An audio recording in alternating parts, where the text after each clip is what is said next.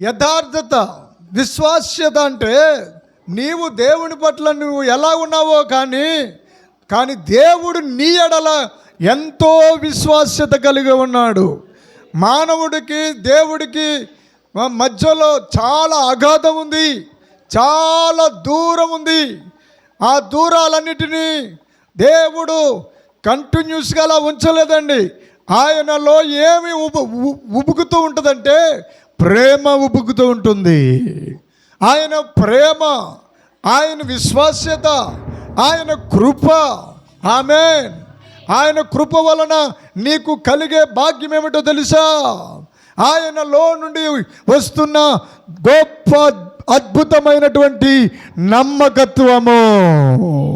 హల్లెలూయా. ఈ జగత్తు పునాది వేయబడక మునిపే, ఈ విశ్వాన్ని చేయక మునిపే ఆయన నిన్ను ఆయనలో చూసుకున్నాడు. ఎక్కడ చేశారండి? హల్లెలూయా, హల్లెలూయా.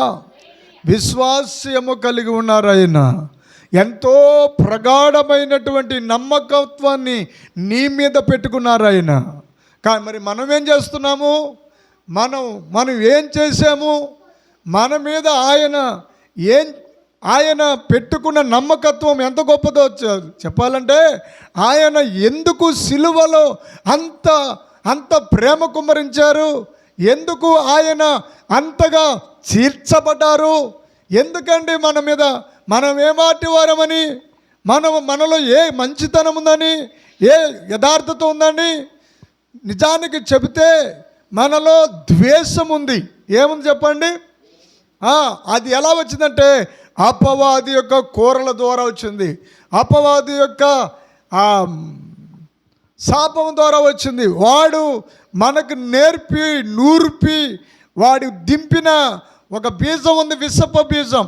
అది ఎవరు కనుక్కోగలదు, దానికోసం కష్టపడగలదు, దాని గురించి పూజ చేయగలదు, దాని గురించి తప్పించగలదు. కానీ ద్వేషము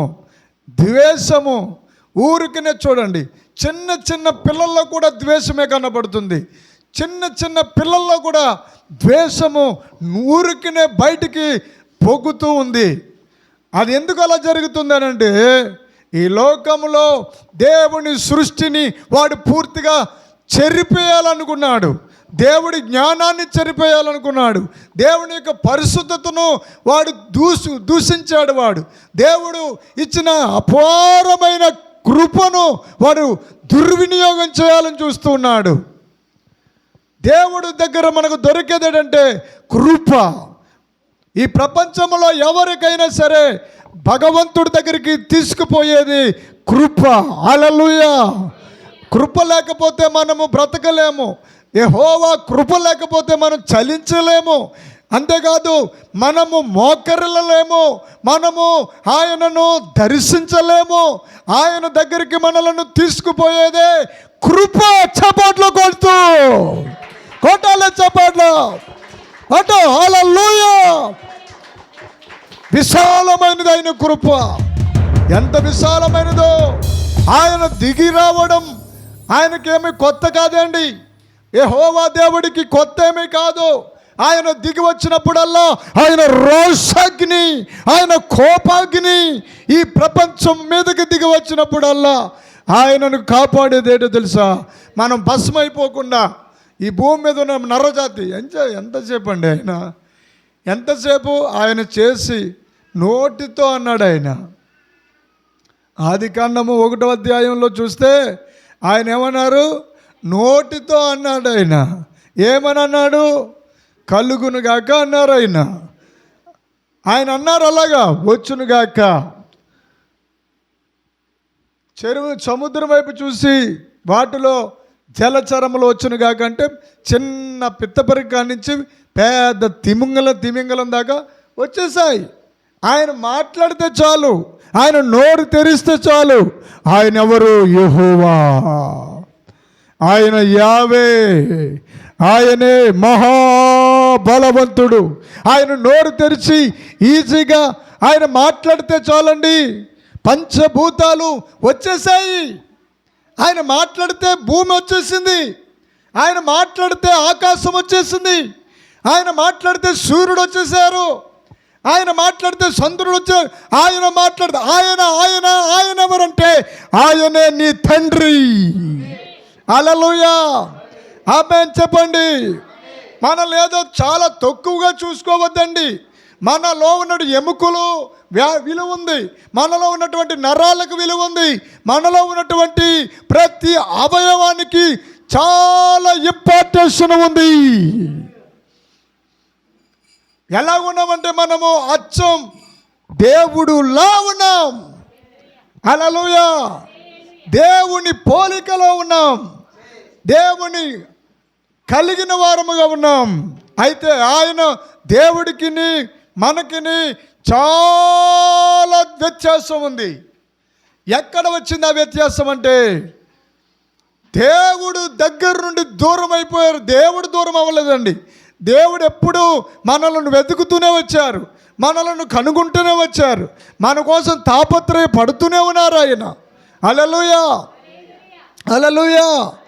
ఆది కాండములో యెహోవా దేవుడు ఉదయకాలం వచ్చేసేవాడు, ఆ సాయంత్రం వచ్చేసేవారు.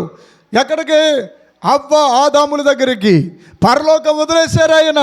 పరలోకంలో గడపడం తక్కువైపోయింది, మన భూమి మీద గడపడం ఎక్కువైపోయింది. ఏ కారణాన్ని బట్టి చెప్పాలి? ఏ కారణం అంటే దేవదూతలు ఆయన పోలికలో లేరు. దేవదూతలు 6 రెక్కలు ఉన్నాయి, దేవుడికి రెక్కలు లేవు. ఆయన రెక్కలు ఎవరంటే నీవు నేనే. హల్లెలూయా, హల్లెలూయా. మా చిన్న పొంగ అయ్యో ఆ మహేష్ కుమార్ ఉన్నాడు. ఆ మహేష్ కుమార్ వాళ్ళ అమ్మగారు ఏం చేస్తుంది? ఇలా ఎత్తుకుని, హల్లెలూయా. మన పిల్లలు మీరు ఏం చేశారు చెప్పండి? ఇలా ఎత్తుకుని ఖచ్చితంగా చెప్పండి, అవునా కదా? మీ పిల్లల్ని మీరు ఎప్పుడైనా కింద పెట్టేశారా? కిందే ఆడించారా? ఇంకా ముద్దు వచ్చేసినప్పుడు ఏం చేస్తారు? పైకి ఎత్తుతారు, అవునా? ఎందుకు ఎత్తుతారు చెప్పండి? అలాగా 2 చేతులతో ఇలాగా ఇలా పైకెత్తి అలాగంటూ అలాగంటూ అంటారా? అలాగనేసి దగ్గర తెచ్చేసుకుని అంతే మనం అలాగా ముద్దులెడేస్తుంటాం. హల్లెలూయా. కొంతమంది ఏం చేస్తారంటే కితకితలెట్టేస్తారు. హల్లెలూయా. ఇలా ఎత్తుకుని సంగతోటి ఇలా అంటే ఆ నవ్వుతుంటే ఓ ఇంకా ఇంకా నవ్వించాలి, ఇంకా ఇంకా ఆడించాలి, ఇంకా ఇంకా అని చాలా అలా వాడు నవ్వుతుంటుంటే మనం ఏం చేస్తూ ఉంటాం? ఆ నవ్వుని మనం చూసి ఇంకా ఏదో తెలియని ఒక తీయని ఆనందం పొందుకుంటాం. హల్లెలూయా. ఒక్కోసారి ఏమో ఆడుతూ అలా ఇలా భుజం మీద వేసుకున్నప్పుడు కాడు తల్లగేస్తూ ఉంటాడు. హల్లెలూయా. అదిగో చూడండి అది ఏం చేస్తున్నాడు? హల్లెలూయా. చేతులతో ఆడించేస్తూ ఉంటాడు, కొట్టేస్తూ ఉంటాడు, బుగ్గల మీద కొట్టేస్తాడు, తల మీద కొట్టేస్తాడు. హల్లెలూయా, అవునా కదా? అవన్నీ ఎంత ముద్దుగా మనం భరిస్తున్నామండి చెప్పండి. ఎంత హాయిగా వాటిని హాయిగా భరించి వాటిలో ఉన్న తీయదనాన్ని, ఆ ముద్దుత్వం, మృదుత్వం, ఆ యొక్క పిల్లల దగ్గర నుంచి మనం పొందుకునే ఆ సంతోషం వర్ణించగలమా? ఏమండి? వర్ణించలేని ప్రేమ. హల్లెలూయా. అదే మరి భూమి మీద నీకు ఒక చిన్న మానవుడికి ఇంత ఆప్యాయత ఉంటే ప్రపంచములను సృష్టించిన ఆ పరబ్రహ్మ స్వరూపుడైన పరిశుద్ధుడైన యేసుక్రీస్తు ప్రభుల వారు. హల్లెలూయా. ఈజీగా ఏమండి? ఎందుకండి ఇలాగా మరి మనకి మందిరం ఇచ్చి కూర్చోబెట్టి మనకు దేవుడు మాట్లాడుతూ ఇలా చేసే కన్నా ఒక్కసారిగా ఆయన ప్రపంచానికి కనబడాలంటే కనబడలేరా? క్షణాల్లో భూలోకంలోనికి వచ్చి ఆయన ఒక్క శబ్దం చేస్తే చాలు, హల్లెలూయా, అంతే సమస్తం ఏమైపోతారండి? హల్లెలూయా. ఒక్కసారిగా ప్రపంచమంతా క్షణాల్లో రక్షణ పొందేస్తారు. మరి ఎందుకింత ఏర్పాటు అనంటే ఇది ఆయన పంపిన దివ్యమైన ప్రత్యక్షత, దివ్యమైనటువంటి ఏంటి చెప్పండి? అద్భుతమైన సంకల్పం సంకల్పించారు. ఏటా సంకల్పం అంటే? హల్లెలూయా, పరలోక సంకల్పం. అనండి. దేవుడు నీతో పని చేయించడానికంట. ఎందుకు నిన్ను నన్ను భూమి మీదకి తీసుకొచ్చారంటే పని ఉంది మనకి. పక్కోళ్ళతో చెప్పండి, పని ఉంది. చెప్పండి, పక్కోళ్ళు చూసి చెప్పండి, ఏముంది? పని ఉంది. పనిలోడాలు పని లేకుండా కాదండి, దేవుడు ఇంకా పని చేస్తూనే ఉన్నాడు. హల్లెలూయా. ఖాళీగా లేదు. మనం భూమి మీదకి ఎందుకు వచ్చామంటే మనకు ఒక పని ఉంది. ఆ పని ఏంటంటే యెహోవాను పూజించుట, ధూపము వేయుట, ఆరాధించుట, కొనియాడుట. హల్లెలూయా, హల్లెలూయా. వాళ్ళని లేదు, వీళ్ళని లేదు, సర్వ జనులారా. ఎక్కడికి వెళ్ళిపోయిందండి దేవుడి వాక్యం? ఎంత దూరం వెళ్ళిందో చూసారా? Hallelujah. India, Japan, China, America, Australia, ఇలాగా గల్ఫ్ దేశాలు, మన ఇట్లా లేదు, మొత్తం అన్యజనులు అని పిలిచారు ముందు. తర్వాత అంటారు ఆయన ఏకంగా సర్వ జనులారా. ఏమన్నారు ఆయన? ఆయనను కొనియాడుడి. హల్లెలూయా, హల్లెలూయా. అందుకే మన పరిచర్యలో ఎక్కువగా ఆరాధన ఉంటుంది.